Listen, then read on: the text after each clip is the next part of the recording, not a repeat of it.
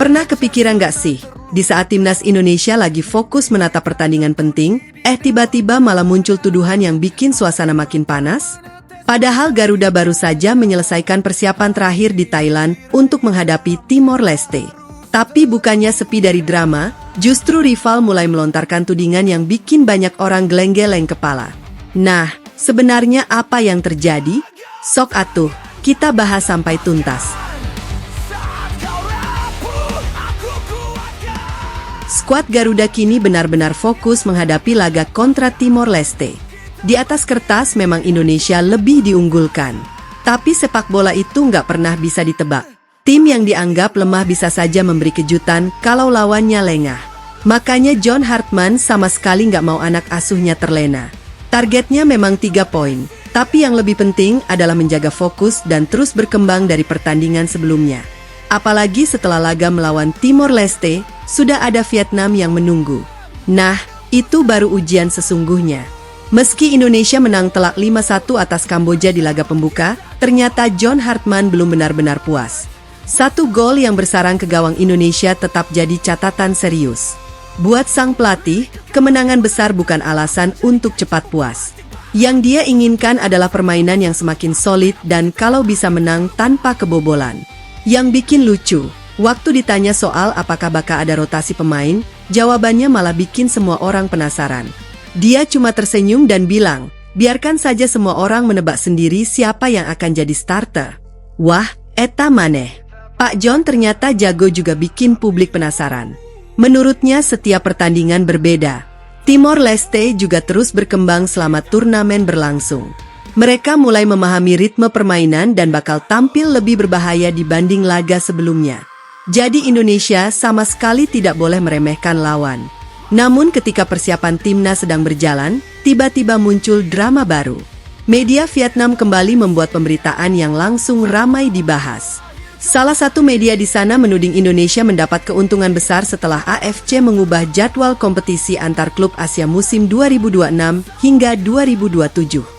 Menurut mereka, perubahan jadwal itu membuat para pemain Persib Bandung yang dipanggil Timnas Indonesia tetap bisa tampil di Piala AFF tanpa bentrok dengan agenda klub.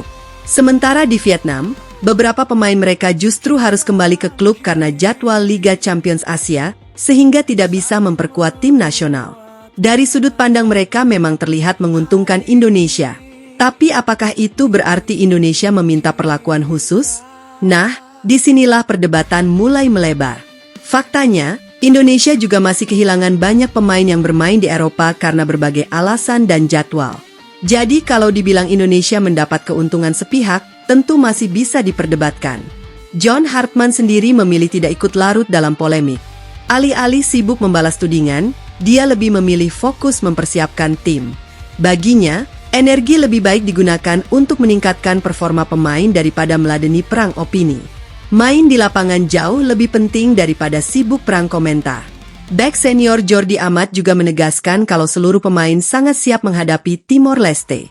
Menurutnya, kemenangan nanti akan sangat penting untuk memperkuat posisi Indonesia di klasemen sekaligus menjaga momentum menuju semifinal. Jordi juga memuji suasana di dalam tim. Para pemain muda disebut terus mau belajar dan berkembang. Kekompakan skuad semakin terasa, sementara filosofi permainan yang dibangun pelatih mulai terlihat di lapangan. Di sisi lain, justru pelatih Timor Leste menunjukkan sikap yang jauh lebih elegan. Jose Pedro secara terbuka mengakui kualitas timnas Indonesia. Menurut pelatih asal Portugal itu, Garuda adalah salah satu kekuatan terbesar di Asia Tenggara saat ini.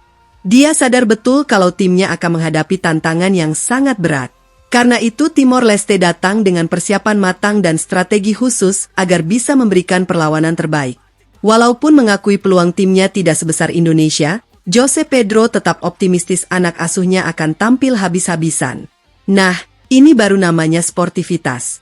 Menghormati lawan bukan berarti menyerah, tapi menunjukkan kalau pertandingan akan dijalani dengan persiapan maksimal. Bukan sibuk cari alasan sana-sini. Ayah be. Pada akhirnya, semua tudingan, semua komentar, dan semua perang opini cuma akan menjadi bumbu sebelum pertandingan dimulai. Karena sepak bola selalu punya cara sendiri untuk menjawab semuanya. Bukan lewat media, bukan lewat komentar, bukan lewat drama, Tapi lewat 90 menit di atas lapangan hijau, di sanalah kualitas diuji. Di sanalah mental diperlihatkan. Dan di sanalah semua omongan akan dibuktikan. Semoga saja Garuda kembali tampil ganas, meraih 3 poin, menjaga momentum, lalu melangkah semakin dekat menuju semifinal. Kita doakan yang terbaik buat timnas Indonesia. Kalau menurut kalian, apakah Indonesia memang diuntungkan perubahan jadwal AFC, atau ini cuma psiwar dari rival menjelang pertandingan? Tulis pendapat kalian di kolom komentar ya. Tapi justru disinilah cerita sebenarnya dimulai. Saat seluruh perhatian publik Indonesia tertuju pada persiapan Garuda menghadapi Timor Leste, tiba-tiba muncul pemberitaan yang langsung memancing emosi banyak supporter. Salah satu media Vietnam melontarkan tuduhan bahwa Indonesia disebut mendapat keuntungan dari perubahan jadwal AFC. Mereka menilai keputusan tersebut membuat skuad Garuda berada dalam posisi yang lebih diuntungkan dibanding Vietnam. Seketika media sosial pun ramai. Ada yang menanggapi santai, ada yang kesal, bahkan ada juga yang menganggap tudingan itu cuma bagian dari perang urat saraf menjelang duel panas Indonesia kontra Vietnam. Konghitu. Kalau dipikir-pikir, setiap kali Indonesia mulai menunjukkan perkembangan, selalu saja ada cerita baru yang ikut muncul. Entah kebetulan atau memang persaingan di Asia Tenggara sekarang sudah semakin panas. Kewapisan. Menurut pemberitaan media tersebut, perubahan jadwal kompetisi antar klub Asia membuat para pemain Persib Bandung yang dipanggil ke timnas Indonesia tetap bisa fokus membela Garuda di Piala AFF tanpa harus terburu-buru kembali ke klub. Sementara di kubu Vietnam, beberapa pemain justru harus meninggalkan tim nasional lebih awal karena harus memenuhi kewajiban bersama klub mereka di kompetisi Asia. Dari situlah muncul anggapan bahwa Indonesia memperoleh keuntungan. Tapi pertanyaannya, apa benar Indonesia meminta semua itu? Jawabannya tentu tidak sesederhana itu. Perubahan jadwal merupakan keputusan penyelenggara kompetisi, bukan keputusan timnas Indonesia. Dan kalau berbicara soal pemain yang tidak bisa bergabung, Indonesia juga mengalami hal yang sama. Masih banyak pemain Garuda yang berkarir di Eropa dan belum bisa memperkuat tim karena berbagai faktor. Jadi kalau semua dihitung secara adil, setiap negara sebenarnya punya tantangan masing-masing. Menariknya, John Hartman sama sekali tidak terpancing. Tidak ada balasan bernada panas. Tidak ada komentar yang menyudutkan siapapun. Yang dilakukan justru sederhana. Terus bekerja. Terus memperbaiki tim. Terus menyiapkan strategi. Karena bagi seorang pelatih, kemenangan tidak diraih lewat konferensi pers. Kemenangan lahir dari latihan, kerja keras, disiplin, dan pengorbanan para pemain di lapangan. Itulah yang sekarang sedang dibangun di dalam skuad Garuda. Suasana tim juga disebut semakin kompak. Jordi Amat bahkan mengaku bangga menjadi bagian dari timnas Indonesia.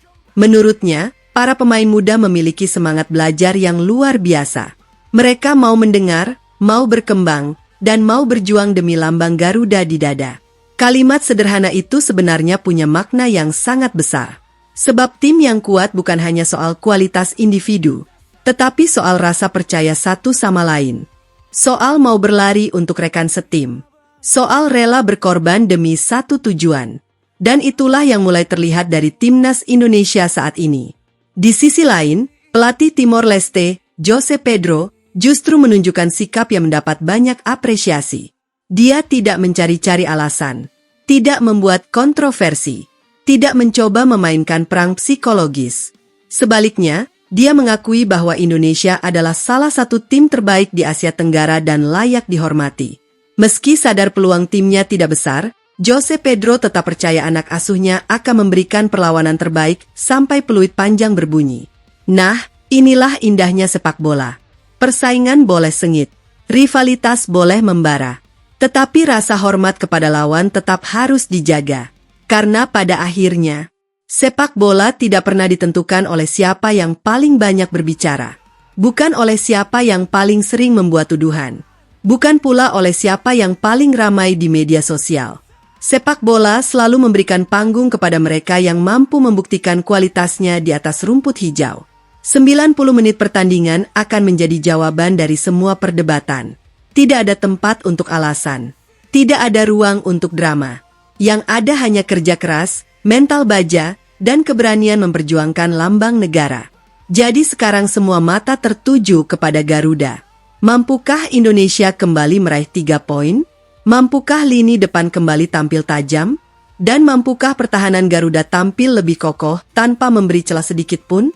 Jawabannya tinggal menunggu waktu. Satu hal yang pasti, saat peluit pertama dibunyikan, semua opini akan berhenti. Yang berbicara hanyalah permainan. Karena seperti kata banyak pecinta sepak bola, football never lies. Kalau kalian berada di posisi timnas Indonesia, lebih baik fokus menjawab semua tudingan lewat permainan atau perlu memberikan respon secara terbuka? Tulis pendapat kalian di kolom komentar. Kalau suka pembahasan seperti ini, jangan lupa like, subscribe, aktifkan lonceng notifikasi, dan bagikan video ini ke sesama pecinta Garuda. Sampai jumpa di video berikutnya, dan semoga timnas Indonesia kembali membawa kebanggaan untuk kita semua. Garuda menyala terus. Namun ada satu hal yang tidak boleh dilupakan. Justru ketika ekspektasi publik sedang setinggi langit, disitulah ujian sesungguhnya dimulai. Timnas Indonesia memang datang dengan status unggulan. Kualitas pemain, kedalaman skuad, hingga performa di laga pertama membuat banyak orang yakin Garuda akan kembali terbang tinggi. Tapi sepak bola berkali-kali mengajarkan satu pelajaran penting. Laga tidak pernah dimenangkan sebelum peluit akhir berbunyi. Karena itulah John Hartman terus mengingatkan para pemainnya agar tetap rendah hati. Jangan terlena oleh pujian. Jangan terpengaruh oleh pemberitaan. Dan jangan pernah merasa pertandingan ini akan berjalan mudah. Konghitu. Apalagi Timor Leste datang tanpa beban. Tim yang tidak diunggulkan justru sering tampil lebih berani. Mereka akan berlari tanpa rasa takut, bertarung di setiap bola, dan memanfaatkan sekecil apapun kesalahan lawan. Kalau Garuda lengah sedikit saja, semuanya bisa berubah dalam hitungan detik. Eta maneh, justru pertandingan seperti inilah yang sering membuat jantung supporter naik turun. Sementara itu, dukungan dari masyarakat Indonesia terus mengalir tanpa henti. Media sosial dipenuhi doa. Bendera merah putih kembali berkibar. Harapan jutaan pasang mata kini tertuju kepada para pemain yang mengenakan lambang Garuda di dada. Beban itu memang besar. Tapi kehormatan yang mereka bawa jauh lebih besar lagi. Karena setiap kali timnas bermain, yang dipertaruhkan bukan hanya 3 poin, melainkan kebanggaan sebuah bangsa. Dan itulah yang membuat pertandingan ini terasa berbeda. Di sisi lain, rival-rival Indonesia tentu ikut mengamati. Mereka ingin melihat apakah Garuda benar-benar pantas disebut sebagai salah satu kandidat terkuat di turnamen ini. Semua sedang menunggu. Apakah Indonesia mampu menjaga konsistensi? Atau justru terpeleset saat semua orang mulai percaya? Inilah momen yang akan menentukan arah perjalanan Garuda. Kalau mampu melewati Timor Leste dengan permainan yang meyakinkan, kepercayaan diri tim akan semakin tinggi sebelum menghadapi Vietnam. Namun kalau performanya menurun, tekanan pasti akan langsung datang dari segala arah. Makanya pertandingan ini jauh lebih penting daripada yang terlihat di atas kertas.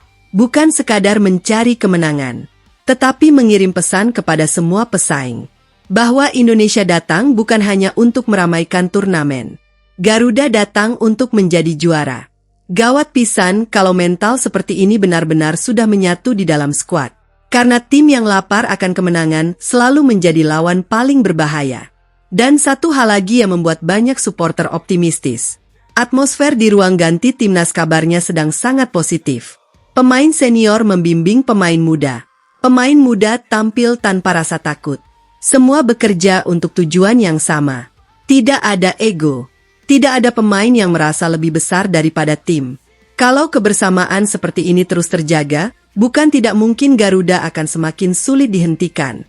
Sekarang semuanya kembali kepada para pemain. Tidak perlu menjawab tudingan. Tidak perlu sibuk membalas komentar. Tidak perlu larut dalam drama yang terus bermunculan. Karena jawaban paling indah selalu lahir dari lapangan hijau. 1 tackle bersih. 1 umpan matang. 1 penyelamatan penting. Dan 1 gol. Kadang sudah cukup untuk membungkam semua keraguan. Iya ya, Kom. Jadi sekarang, mari kita tunggu bersama. Apakah Garuda akan kembali menunjukkan taringnya? Apakah pesta gol kembali tercipta? Atau justru akan lahir drama yang tak pernah diprediksi siapapun? Yang jelas, apapun hasilnya nanti, satu hal tidak akan berubah. Dukungan untuk timnas Indonesia harus tetap mengalir tanpa henti. Karena ketika para pemain berjuang di lapangan, jutaan rakyat Indonesia juga ikut berjuang lewat doa dari rumah masing-masing. Shokotuh. Saatnya Garuda terbang lebih tinggi. Saatnya menjawab semua keraguan. Dan saatnya membuktikan bahwa kebesaran sebuah tim tidak dibangun dari banyak bicara, melainkan dari keberanian bertarung sampai peluit panjang berbunyi.